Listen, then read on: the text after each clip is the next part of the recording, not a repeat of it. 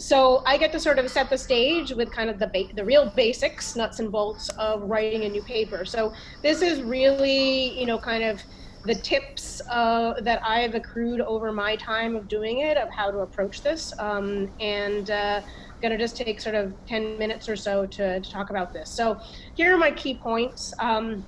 Starting with a template or example, do it in pieces. Discussions are hard. Keep the language simple and consistent.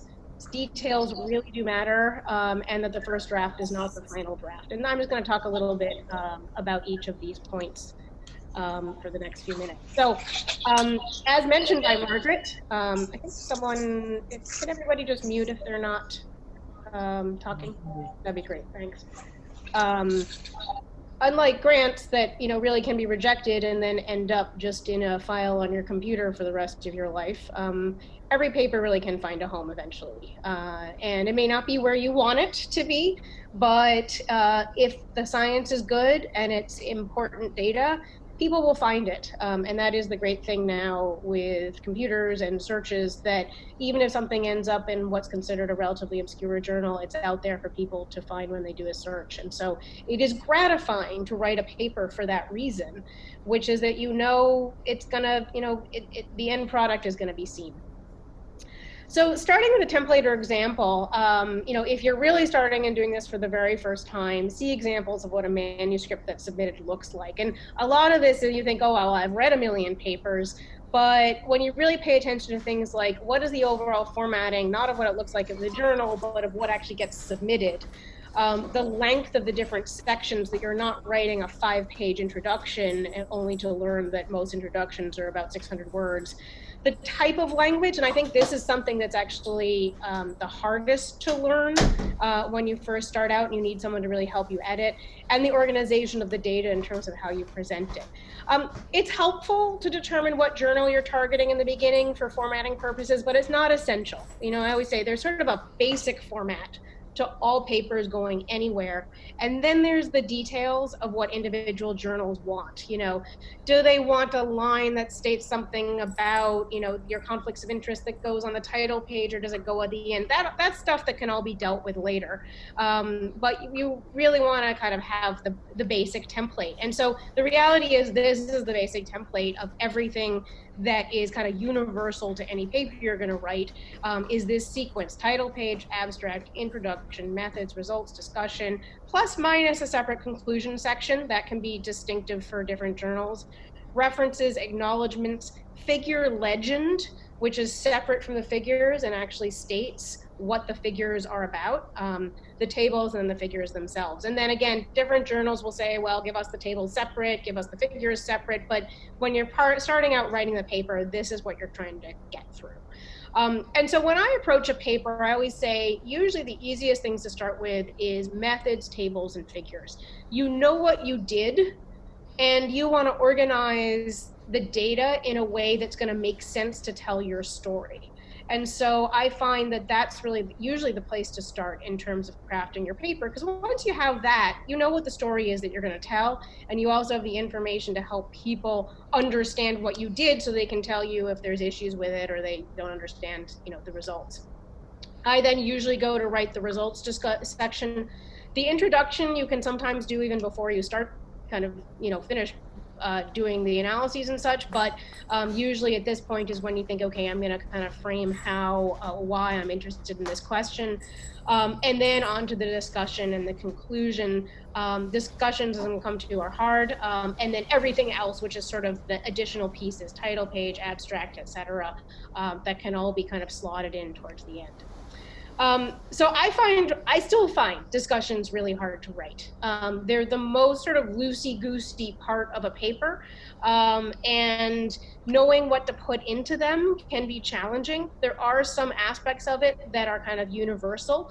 Would point people to a paper that I think is helpful, which is sort of about how to structure a discussion. Now, not everybody will agree with this specific sequence where they say statement of principal findings, strengths and weaknesses of the study, study, strengths and weaknesses in relation to other studies, meaning of the study, and unanswered questions in future research.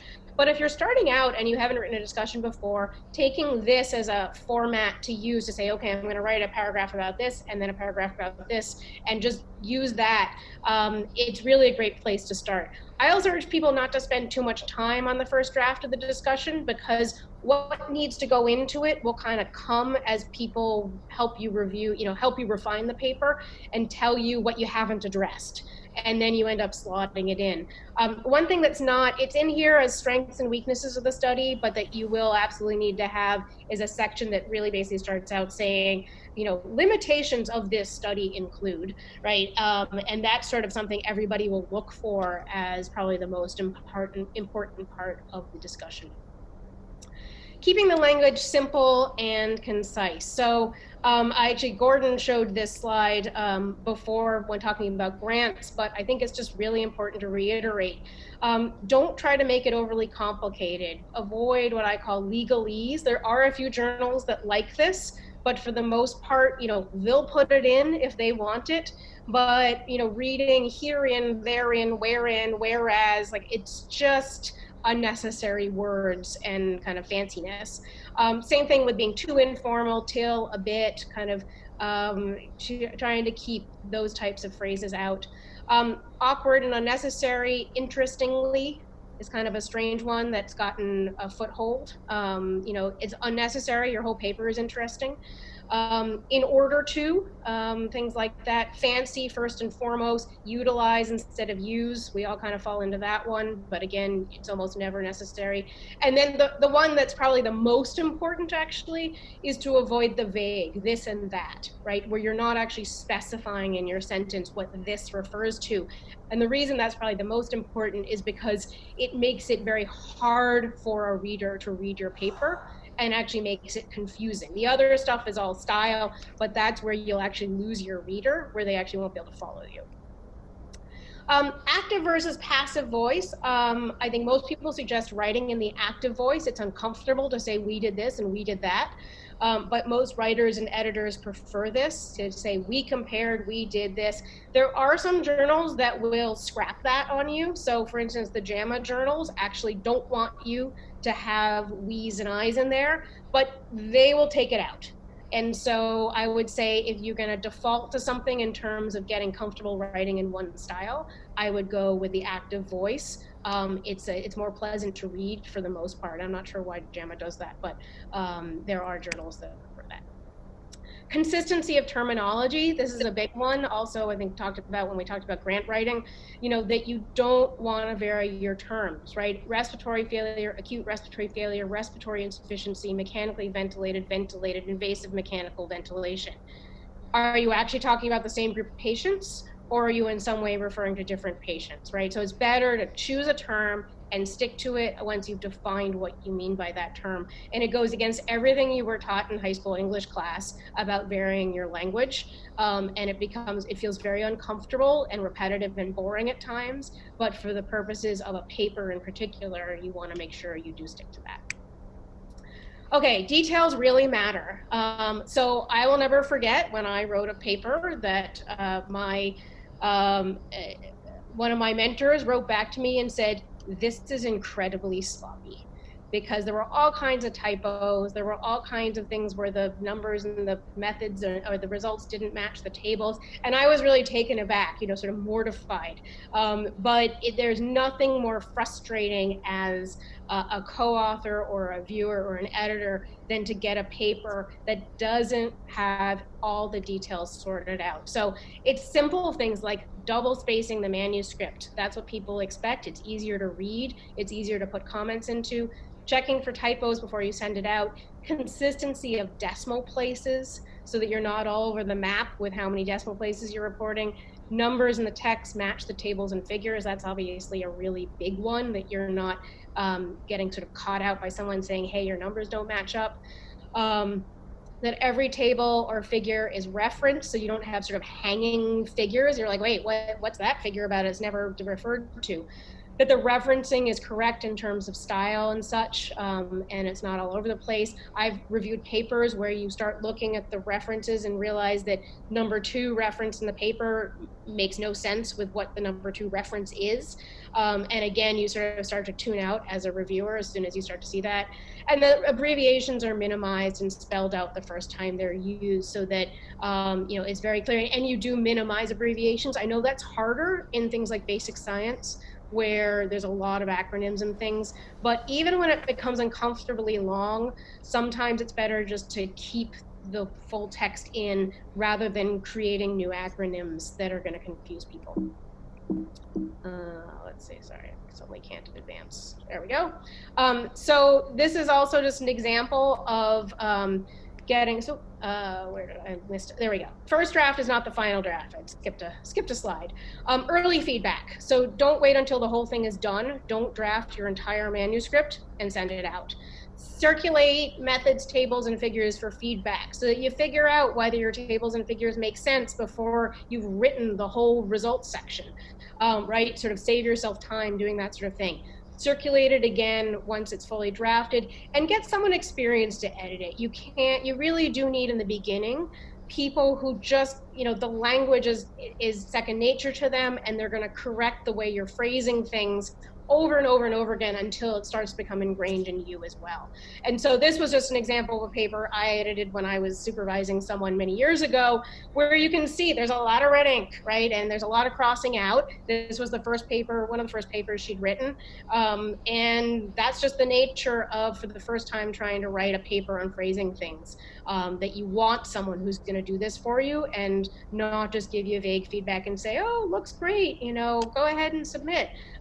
You want to make it as good as you can, and also to learn from that.